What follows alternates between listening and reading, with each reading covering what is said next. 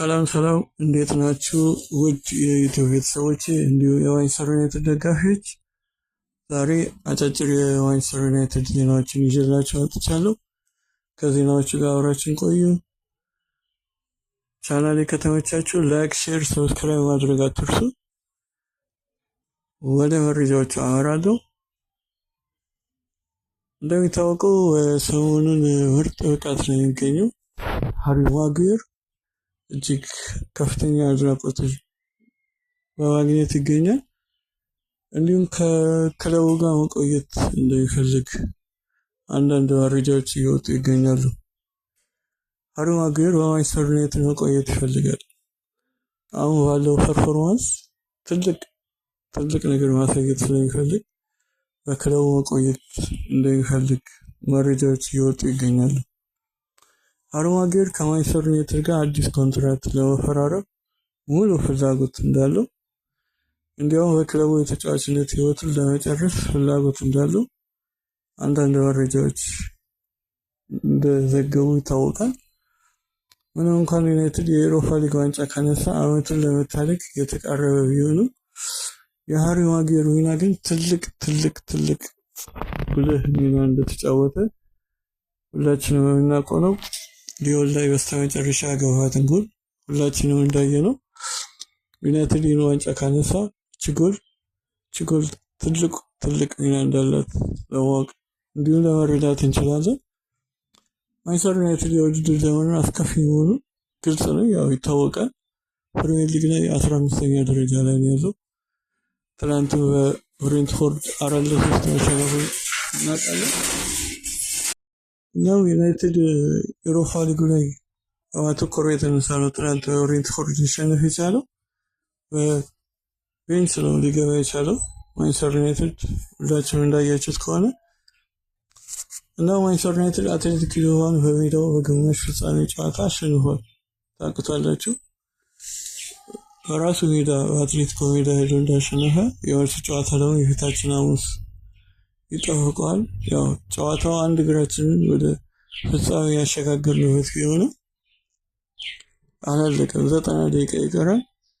በሜዳችንም የበለጠ ጨዋታውን ገለነው በሙሉ ኮንፊደንስ ወደ ፍጻሜ ለማለፍ እናደርገው ትልቅ ፍልሚያ ነው። ሃሪ ማጉዌር በዚህ ጨዋታ ጥሩ እንቅስቃሴ አድርገው እንደነበር እናውቃለን። የ32 ዓመቱ የመሃል ተከላካይ አሞሪም በፍጥነት ሊተማመንበት እንደሚችል የተገነዘበ ሲሆን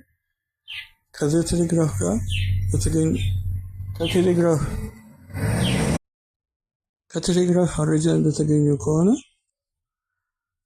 በጥር ወር ማጉዌር ኮንትራት ውስጥ የ1 ዓመት ማራዘሚያን ከፈረመ በኋላ አሁን ተጨማሪ ዓመት ለመፈረም ዝግጁ ነው። ማጉዌር በአሞሪም ስር በጣም ጥቂት ከሆኑ መሪዎች አንዱ እንደሆነ ይታሰባል። ማንችስተር ዩናይትድ ማጉዌር የወደፊት ህይወቱን እስከ 2026 በኋላ ኦልድ ትራፎርድ እንዲቆይ ኮንትራት ማራዘሚያ እንዲያስፈርሙት ይፈልጋል። አትሌቲክስ እንዳረጋገጠው ማጉዌር በዩናይትድ ለረጅም ጊዜ እንዲቆይ ይፈልጋል።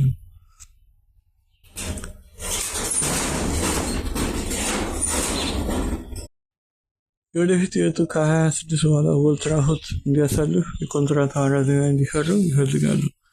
አትሌቲክስ እንዳረጋገጠው ማጉዌር በዩናይትድ ቤት ለረጅም ጊዜ እንዲቆይ ይፈልጋል። ከዘቴሌግራፍ የተገኘው ተመሳሳይ ዘገባ የ32 ዓመቱ ማጉዌር አሁን ካለው የ1 ዓመት ማራዘሚያ በላይ ለረጅም ጊዜ አዲስ ኮንትራት መፈረም ይፈልጋል። ማጉዌር የሚቀጥለው የውድድር ዘመኑ ከዩናይትድ የመጨረሻው እንዳልሆነ ተስፋ ያደርጋል። ማጉዌር ስራውን ኦልድ ትራፎርድ እንዲያጠናቅቅ እየተማመነ ነው። ምክንያቱም ተጫዋቹ እዚህ ቆይቶ ጫማውን መስቀል እንደሚፈልግ ነው እየተናገረ እንደሚገኘው ከመረጃዎቹ ለመነሳት። ማንችስተር ዩናይትዶች ባለፉት 2 የክረምት ዝውውር መስኮቶች ማጉዌርን ለመሸጥ ሞክረዋል። እናስታውስ ከሆነ ለዌስትሃም ከጫፍ ደርሶ ነበረ። እሱ ባለመፈለጉ ምክንያት እንደሆነ ነው ዝውውሩ የተሰረዘው። በተጫዋቹ በኩል ውድቅ ከመደረጉ በፊት ከዌስትሃም 30 ሚሊዮን ፓውንድ ዋጋ በ23 ተቀባይነት አግኝቷል። ማጉዌር በቀድሞ አለቃ ኤሪክ ቴናግ ስር የጠፋ መስሎ ነበር። አሁን ግን በአሞሪም ስር የነበረው ለውጥ እጅግ አስደናቂ ነበር እና እጅግ አሞሪም በሚፈልገው ሰዓት እየተገኘ ያለ ተጫዋች ነው። ወደ ሌላ መረጃ ሳቀና ሁሉም ነገር ሊለወጥ ይችላል።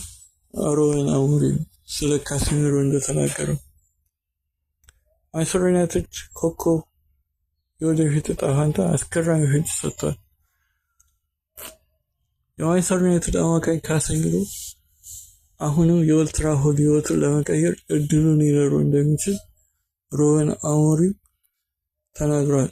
ልምድ ያለው ብራዚላዊ ኢንተርናሽናል ባለፉት ሳምንታት እጅግ ተሻሽሎ ተመልክተነዋል።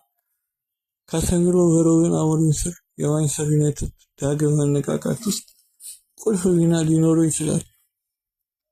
እንደምናስታውሰው ሊዮን ላይ እጅግ ወሳኝ ነጥቦች ላይ ተሳትፏል። ፔናልቲ አስገኝቷል። 2 አሲስቶችን ማድረግ ይችላል። ከዛ በኋላ ያለው እንቅስቃሴ እጅግ አስደናቂ ነው። ባለፈው የውድድር ዘመን በጣም መጥፎ የሚመስልን ካሴሚሮ በአሞሪም ስር እውነተኛ መሻሻል ምልክቶችን እያሳዩ ነው። ፖርቹጋላዊ ታክቲሻን የ33 ዓመቱን ተጫዋች አወድሶታል። ካሴሚሮ በጣም ተሻሽሏል። የሚጫወትበት መንገድ ሳይሆን የሚሮጥበትን መንገድ ማየት ትችላላችሁ። ምናየው በጣም ጠንክሮ እንደሰራ ያሳያል። ካሴሚሮ ለሁሉ ተጫዋች በጣም ጥሩ ምሳሌ ነው። በማንቸስተር ዩናይትድ ላሉ ተጫዋቾች ሁሉ ትምህርት ነው። ሁሉ ነገር በአንድ ጊዜ ሊለወጥ አይችልም ሲል አሞካሾታል። ማንቸስተር ዩናይትድ የውድድር ዘመኑን ለመታደግ የዩሮፓ ሊግ የመጨረሻ ድል ያስፈልገዋል። ዩናይትድ ደጋፊዎች በግማሽ ፍጻሜ ጥሩ አጀማመርን መመልከታቸው የተደሰቱ ሲሆን፣ አሁን ግን ክለቡ ይህን ውድድር በማሸነፍ መጥፎ የሆነውን ዓመት ለማዳን ወሳኝ ይሆንለታል። ዩናይትድ አስቸጋሪ የሆነው የፍጻሜ ጨዋታ ከቶተንሃም ጋር ሊገጥም የሚችልበት እድል አለው። ካሴሚሮ የመሻሻል በዩናይትድ ቡድን ውስጥ በዚህ አስቸጋሪ የውድድር ዘመን የመጨረሻ ደረጃ ክለቡን ሊረዳ እንደሚችል ይታወቃል። ምናልባትም ከዚህ ዓመት በኋላ በማንቸስተር ዩናይትድ የሚጫወተው ሚና ትልቅ ሊሆን ይችላል። ነገር ግን ዩናይትዶች በክረምቱ ካሴሚሮን አሁንም ለመሸጥ ክፍት ይመስላሉ። የዛሬው መረጃዎች እዚህ ጋር ናቸው። በሌላ መረጃ እስክንገናኝ አመሰግናለሁ። ቻናሌ ከተመቻችሁ ላይክ፣ ሼር፣ ሰብስክራይብ በማድረግ ተደራሽ እንድታደርጉኝ ስል በትህትና እጠይቃለሁ። አመሰግናለሁ።